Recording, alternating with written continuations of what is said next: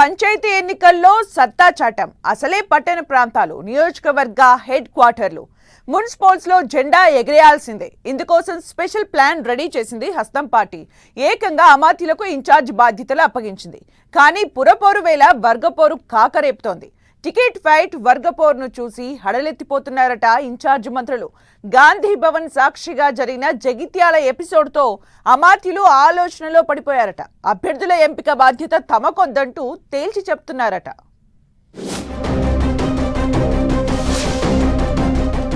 Municipal ఎన్నికల వేళ అమాత్యులకు tension.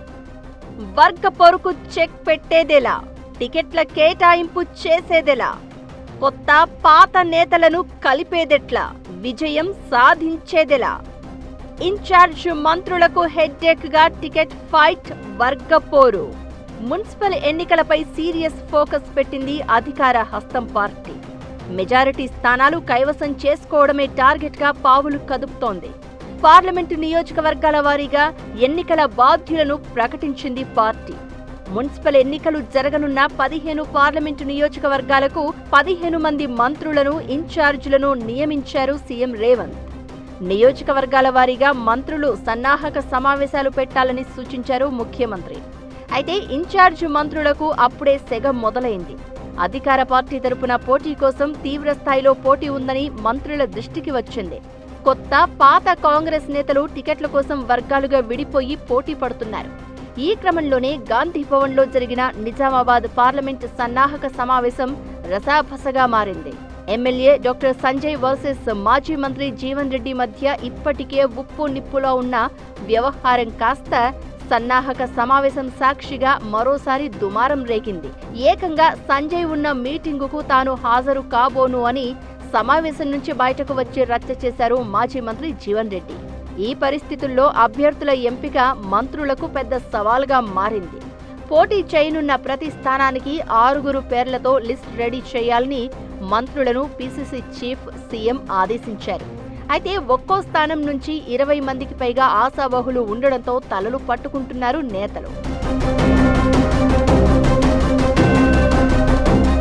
Municipal ఎన్నికల్లో ఎమ్మెల్యే వర్గం, ఎంపీ వర్గం, డీసీసీ అధ్యక్షుడి వర్గం, పీసీసీ వర్గం, ఇన్ఛార్జ్ మంత్రివర్గం, మున్సిపల్ ఎన్నికల ఇన్ఛార్జ్ మంత్రివర్గం అంటూ డజన్ల మంది ఆశావహులు టికెట్ రేసులో ఉన్నారు.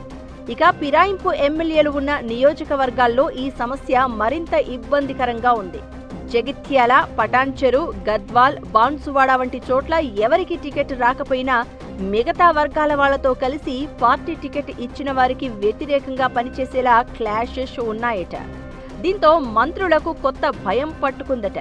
పంచాయతీ ఎన్నికల్లో తక్కువ స్థానాలు వచ్చిన చోట పార్టీ నేతల తప్పిదాలపై సీఎం రేవంత్ బాధ్యులపై సీరియస్ అయినట్లు సమాచారం. దీంతో మున్సిపల్ ఎన్నికల్లో ఎలాంటి మిస్టేక్ జరిగినా తమపై ఎఫెక్ట్ పడుతుందని మంత్రులు ఆందోళన చెందుతున్నారట.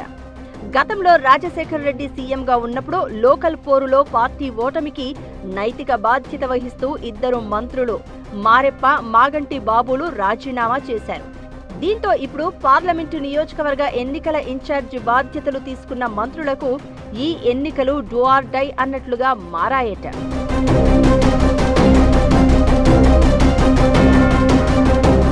పార్టీ ఇచ్చిన టార్గెట్ రీచ్ అయ్యేందుకు కష్టపడి పనిచేయడానికి తాము సిద్ధంగా ఉన్నప్పటికీ టికెట్ కోరుతున్న ఆశావహుల సంఖ్యను చూసి నేతలందరూ తలలు పట్టుకుంటున్నారట. ఒక్కో స్థానానికి డజను మంది నేతలు టికెట్ కోసం ట్రై చేస్తూ ఉండడం, మరోవైపు గ్రూప్ వార్ నేపథ్యంలో అభ్యర్థుల ఎంపిక అతిపెద్ద సమస్యగా మారిందట. ఇక టికెట్ ఎంపిక కోసం కమిటీ వేస్తున్నామని, అభ్యర్థుల ఎంపిక బాధ్యత పూర్తిగా కమిటీ చూసుకుంటుందని పీసీసీ చీఫ్ ప్రకటించారు. అయితే కొత్తగా ప్రకటించిన ఇన్ఛార్జ్ మంత్రులు మాత్రం అభ్యర్థుల ఎంపిక తమతో కాదని చేతులెత్తేస్తున్నట్లు టాక్. మున్సిపల్ ఎన్నికల్లో సత్తా చాటాలని హస్తం నేతలు భావిస్తున్నప్పటికీ ఆశావహుల పోటీ, గ్రూప్ తగాదాలు పార్టీకి నష్టంగా మారే ప్రమాదముందట. పంచాయతీ ఎన్నికల్లో రెబల్స్ వల్లే హస్తం పార్టీ అనుకున్న టార్గెట్ ను రీచ్ కాలేదు అంటున్నారు. ఇక మున్సిపల్ ఎన్నికల్లో వర్గ పోరుకు చెక్ పెట్టి టికెట్ కేటాయింపులు ఎలా చేస్తుందో వేచి చూడాలి మరి.